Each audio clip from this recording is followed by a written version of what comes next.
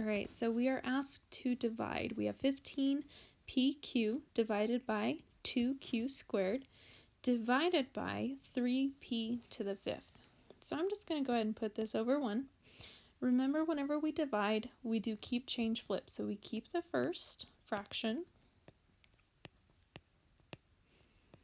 We change division to multiplication, and then we flip the second fraction.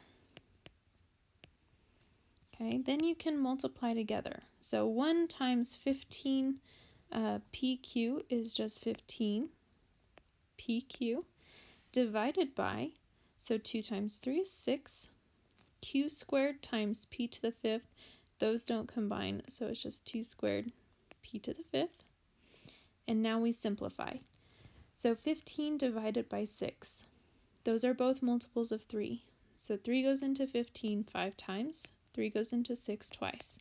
So we will have 5 over 2. I have 1 p on top and 5 on the bottom, so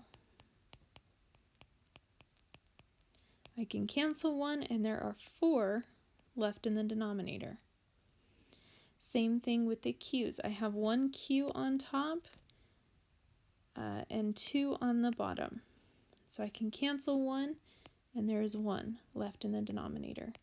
This is your final answer.